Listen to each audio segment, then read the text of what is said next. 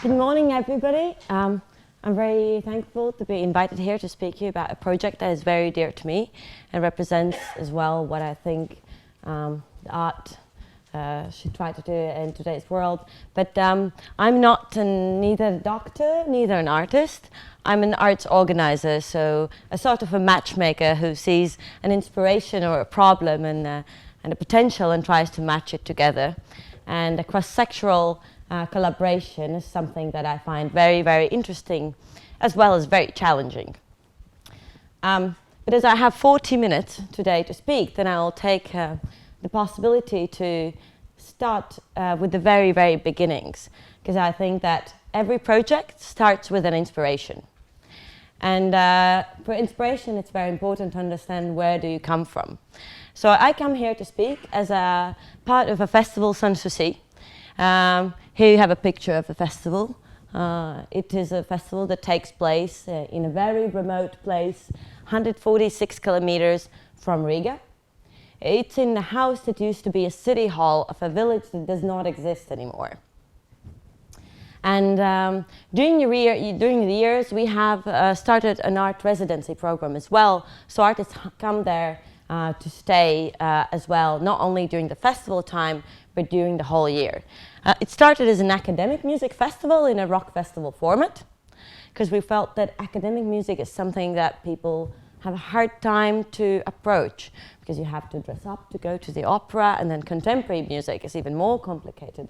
So here you come with jeans, you take a tent, you come for 3 days, we don't say you what's going to be the program, and you just follow through it in the nature and in our forest concert halls. And the residency setting happened at the same time.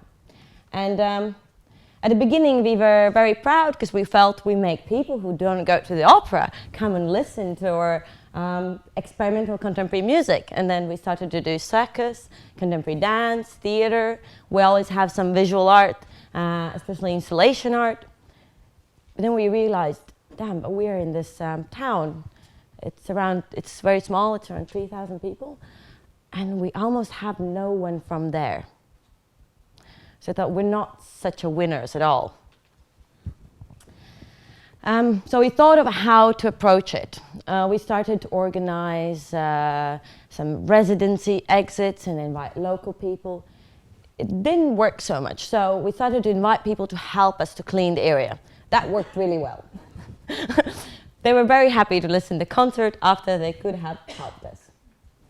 And then we realized, okay, we have this 3,000 town that is actually a region that is spread, but there's a village with 900 inhabitants, from which there is a smaller village in this village, which is a psychoneurological hospital with almost 400 inhabitants.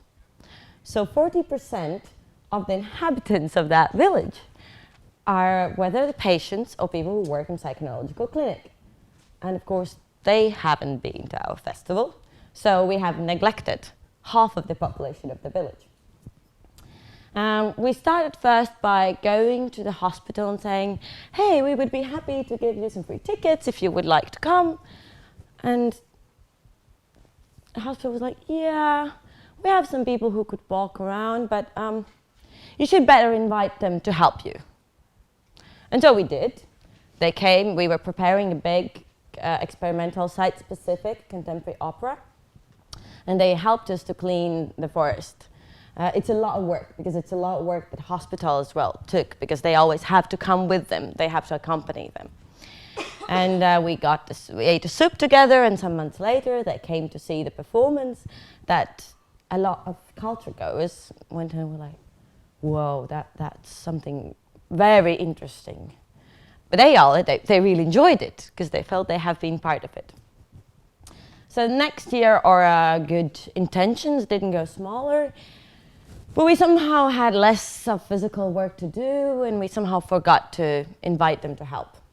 What we did instead is we had an artist in residency who came up with the idea that she would like to do a workshop in the hospital, if that would be possible, because she worked on, she was a visual artist, and she worked on a theme of memory.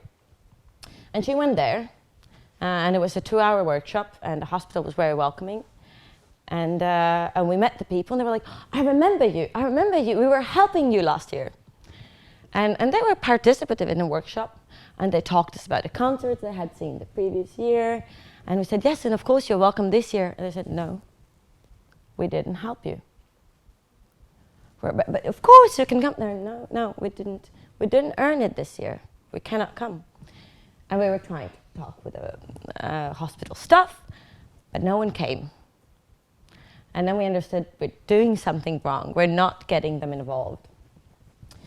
And then I went to St. Petersburg, thanks to Arts Promotion Center Finland, and met Matti Selin, who was presenting a concept called Wellbeing Residency.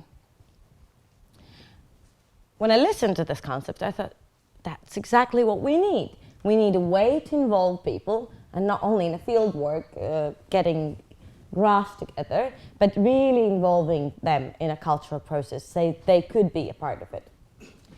So what is the Wellbeing Residency? I think you're all aware of the art residency concept. It's something that I think today the contemporary art could not really work. It is very different, of course, in visual arts and performing arts. I think most of you, as far as I know, come from the visual arts field. Me, myself, I mostly work in performing arts, so our residencies would not be 3 months or 6 months. It usually would be 2 weeks or maximum 1 month. They're much shorter, they need a lot of space, a lot of needs. But the principle is the same. The artist goes to another place and works, and it has an effect on the artist, but it has a lot of effect as well on the place where he goes. So the Wellbeing Residency concept merges the arts residency concept with the social inclusion. So what we are interested to do is to work in a residency in collaboration with social or healthcare institutions. The work began with a closed type of social or healthcare institutions. So it's retirement houses, prisons, psychoneurological clinic, orphanages, but of course it can go further, and it can be used, this kind of methodology can be used as well for youth centers or for any other type of places where the accessibility to the arts is complicated. So what is important is what we're looking for. We're not looking for artists who go and do arts therapy. It's not doing workshops while you're doing your own project. It's art projects that really are about involving people in it. When we started to look at how it's organized, you see there's three very important parts, three important partners that have to be taken account. It's the organization that runs the residency program, the institution you want to collaborate, and the artist. And these three organisms are crucial. It's very different from organizing a normal artist residency where you have an arts residency program and the artist. And here the institution has as much of a big role as all the other partners. And the idea sounded great, but then I was going back to my psychoneurological clinic with almost 400 patients, and the neurological clinic I didn't mention, but it's as well, it's 4 kilometers from anything, and it's very far away because it was built in the Soviet times, when the idea of building these type of institutions was to build as far as possible from people's eyes. So they don't really, even if they're allowed to walk around, a lot of them, they don't blend with the local society.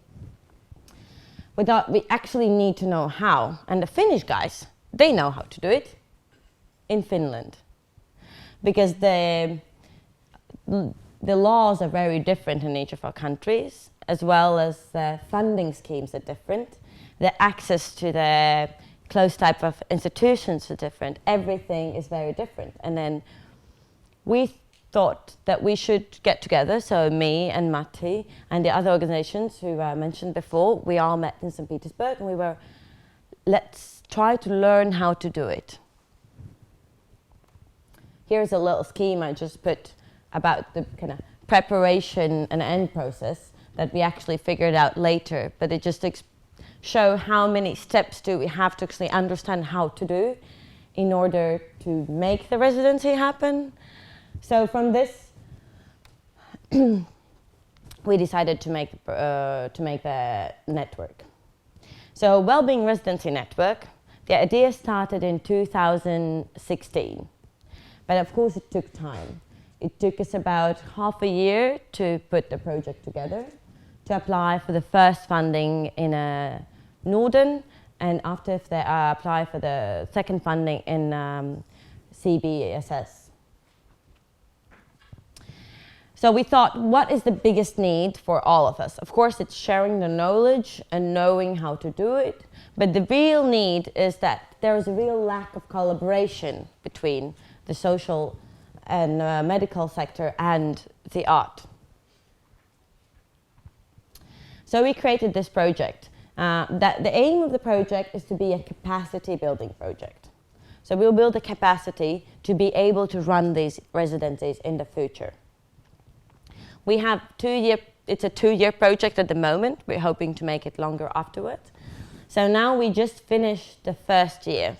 So we have done, at the moment, one big conference at the beginning, where we invited, that happened in Finland, and we invited everybody who had experience, both artists and the organizers, to speak about their experience, speak about their challenges and mistakes, and see how should we start.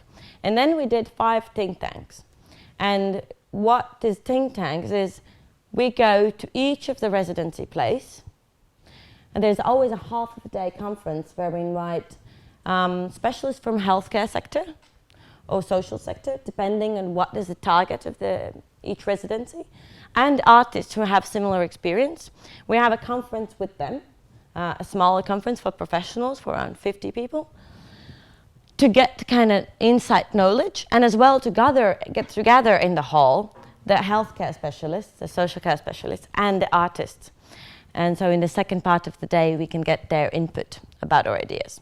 And then we go to the residency space for 2 days as a think tank group, and we work on a step-by-step methodology that should be adapted in each of the residency, taking in account the type of the laws are in the country, the situation there is, the financial situation of the institution that we're going to work, because that can impact a loads of things. And so we did that now in all 5 places, and now we're in the second phase, in which we are testing the residencies. So the goal of this is to create a sustainable methodology, but with very precise tool sets for each place. But these tool sets would be able to help other people who want to make their residencies to have the kind of comparison and already step-by-step methodology. So I already talked about the meetings.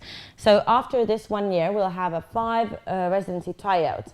And then in a year, around this time next year, in Riga, we are going to organize a conference where we are going to present a publication with our methodology that's going to be tested by toolsets, by the tryouts.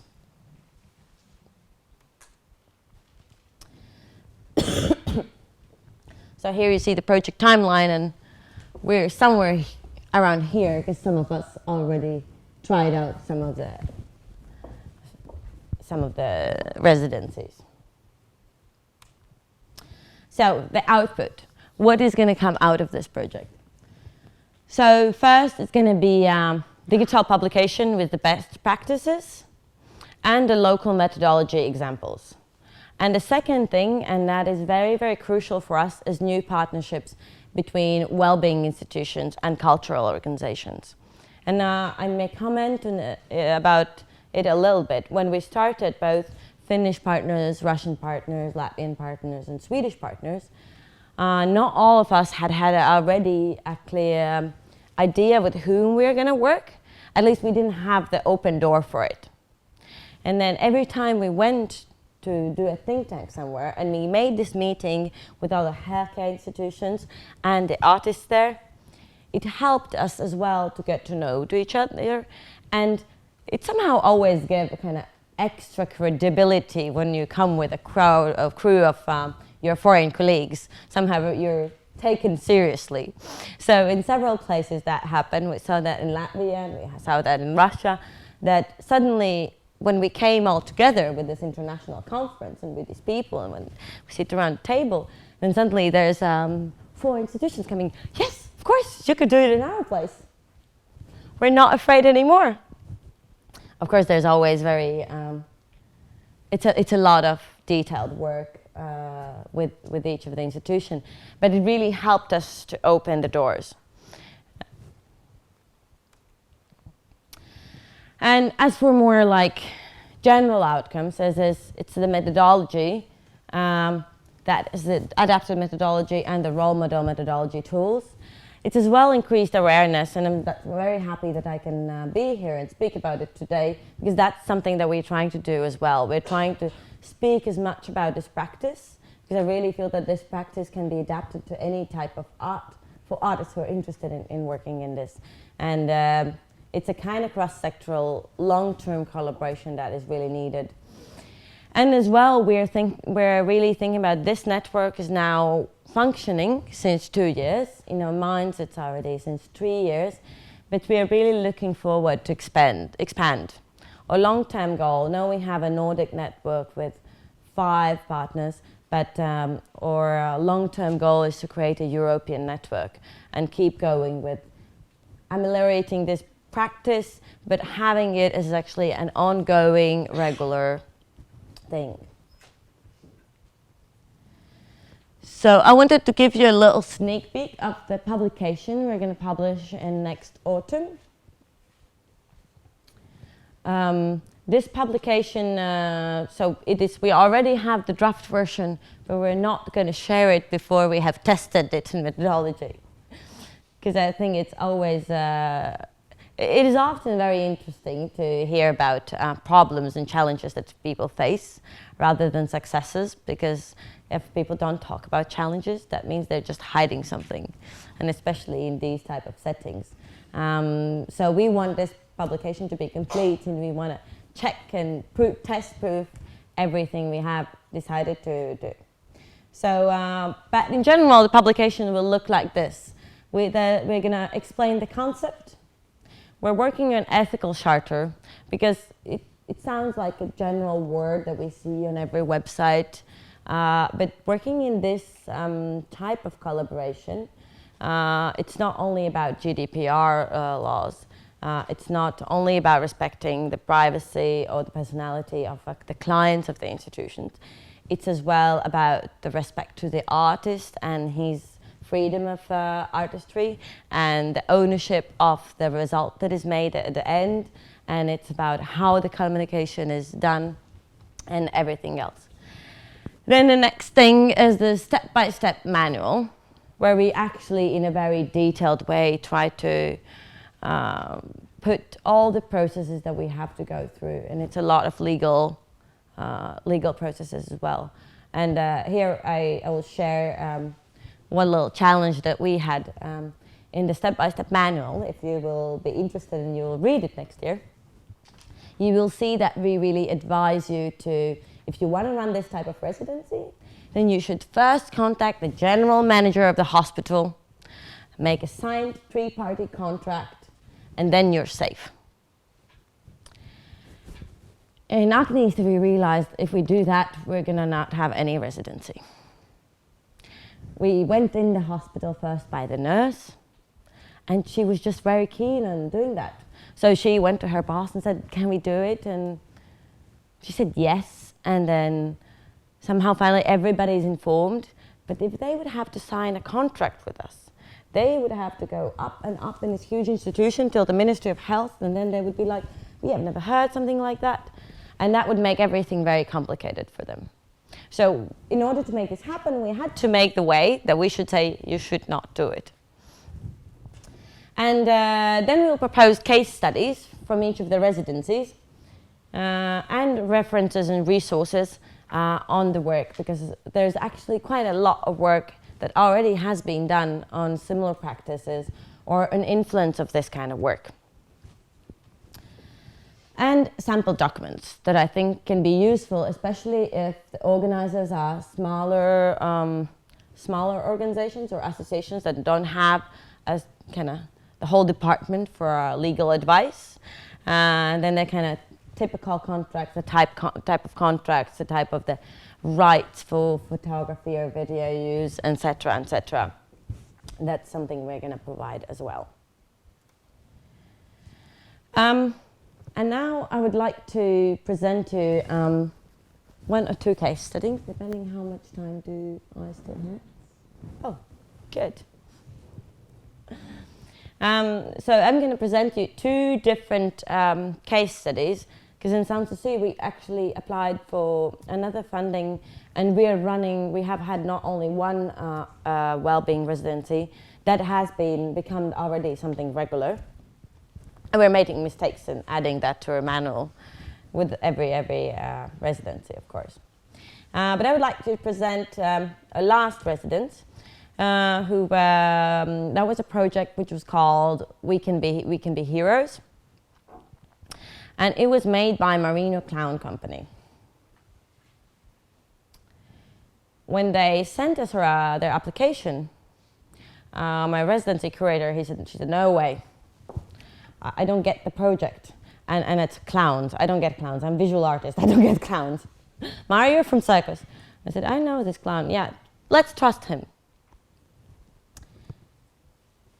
So Marino Clown Company, it is a company for social clowning. And when it means social clowning in this way, he's not a hospital clown, or he doesn't go to do workshops to make people happier. But he likes to make a long-term clown interventions to go to, how would I say, to push changes in society. So when he arrives to a village, he really takes over the village, and his performance is, as long as he's there, everything he does is the part of the performance. And everything who's around there is the participants of the performance. But they came with this concept. And first, when he sent me images, and I thought, you're going to go naked with the mask in a mental hospital? I don't really think that's going to work out. But actually, he had done a quite deep research. He has found that in the 30s, there was a guy from Latvia who had to emigrate to South America because he was Jewish. And he was a wrestler, a really good wrestler, and he became a very good wrestler there. And he became a movie star, and he created his own superhero, Nurturn. And there's really more than 20 movies about him. And of course in Latvia nobody knows about him. So he came with this idea that he's gonna come to the village and ask for help to commemorate this famous Latvian movie star and superhero Nurturn. We expected at the beginning he would only work with technological clinic, but that was not the way they work. What they are doing, as I said, they're trying to create a change in a whole place where they arrive. So finally, they worked in technological clinic, but they went as well to a retirement house, to a school, and then they somehow knocked on the door and almost everybody in the village asking for something to borrow or asking some help. And they had a very good pretext. They went and they were, could you please help us? We all have to get together because Wolf Ravinsky is completely forgotten in Latvia. We have to celebrate him. And everybody got on it. Everybody was very, very happy to help this clown to commemorate this superhero. Of course, he didn't go in this costume in all of the places, kind of adapted. But actually, this was only the kind of pretext and a mask. What he did when he went into the hospital and when he did into the retirement house or when he did into the school, he worked on people's understanding of themselves. So his idea is that the Nurturn could become the superhero then we're everybody part of him, and we all can be superheroes. So during sessions, and I say sessions because we're really trying to avoid word workshops, because we're not there to teach them something. We're there, the artists come there because he needs something from people in order to create his artwork, and the people who participate in his artwork take an experience. It has to be very horizontal collaboration, especially when we go into the hospitals or prisons. Those are the places that we have a very, very, very strict hierarchy. And one of the reasons why I think the Wellbeing Residency is such a great idea, it really helps to break this kind of hierarchy, because the artists can break the hierarchy, even if it's for this short moment, but to give the kind of freedom of the mind for the people. So he made people to work on the fact that they are all superheroes and find their superpowers. I don't want to get very emotional, but the moment when you see around 20 people from the psychoneurological clinic and the staff who at the beginning didn't want to participate, but it looked so fun that actually nurses came and sit together with them and were creating their masks and writing down their superpowers. And when they all have these masks and they're all talking about their superpowers, you don't know anybody anymore who is a nurse and who is the patient, but they're all part of it. And the fact that they did it together, and then he did it in a different places.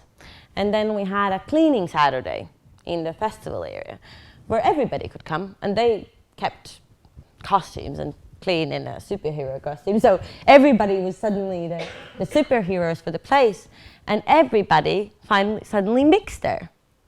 So it changes the approach, how you see the other person. And I think that is the most important that art can do, is you can change the perspective and have a completely different ways of seeing each other, and stop putting people in the kind of boxes of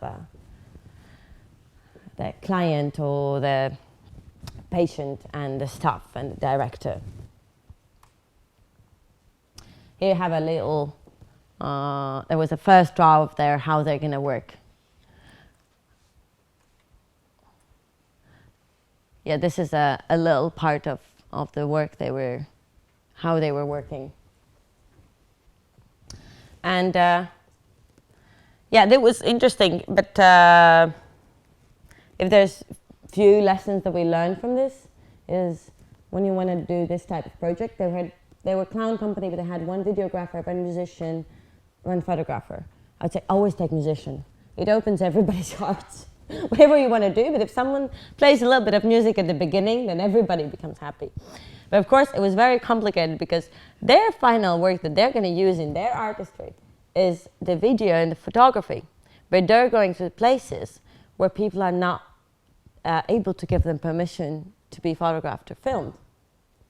So we could work with the schools. We had to think about a lot of ways. How do they document it? How do they use masks? And they use them. Then finally, for the photographies, often it's the staff of the hospital or the people who use masks, because most of the process they already use the masks. And as well, of course, they all speak English.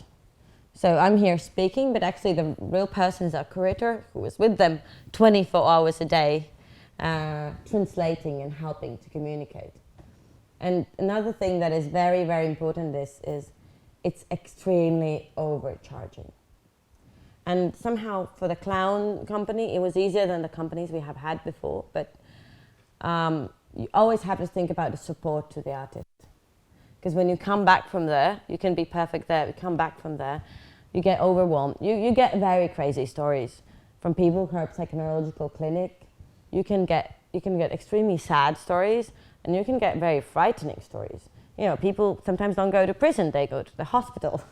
So, and they're not trained to tell it. And when the artist comes home, he has to digest it all.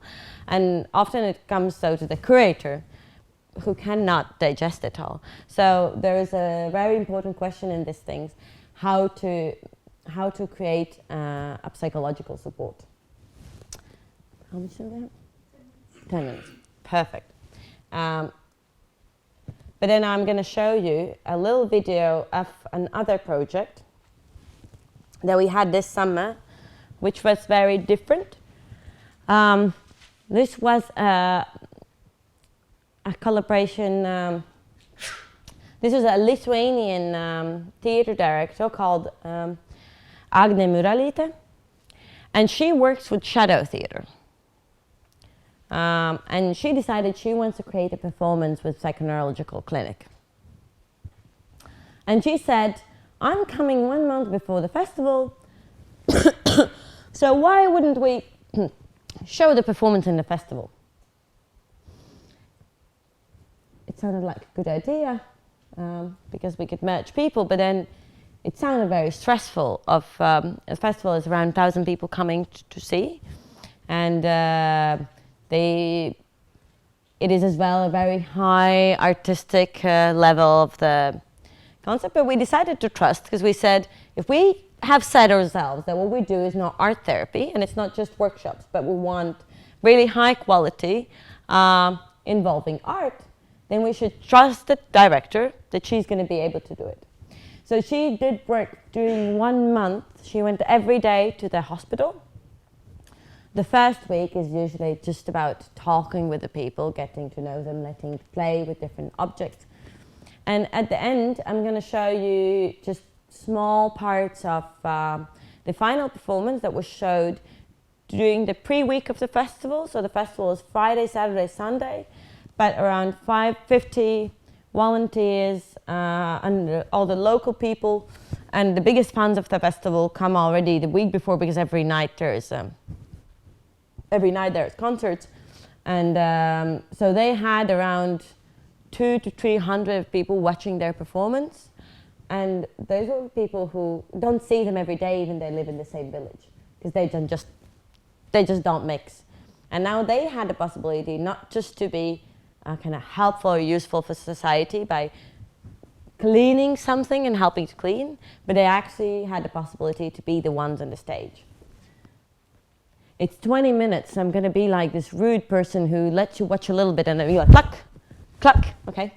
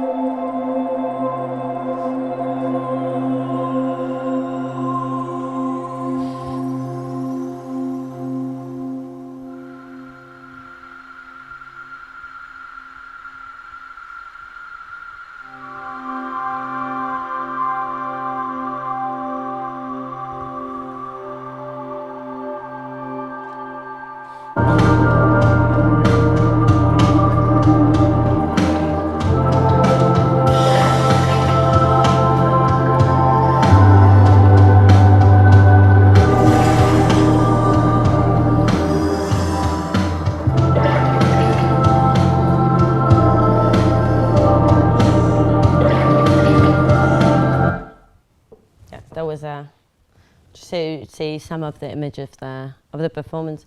What's really interesting is that the performance, they really created the content of the performance themselves, and we were thinking that the idea to use shadow theatre would be very, very good, because that would help them to be in a safe place about the audience. Actually, the opposite. At the beginning, they were very afraid of the shadows because they can become very big, and but they got used to the shadows, and finally they decided they actually want to come outside and they want to face the audience and they want to meet the audience, and it was a very magic moment, and it was very interesting as well for the artist to explore this kind of work. So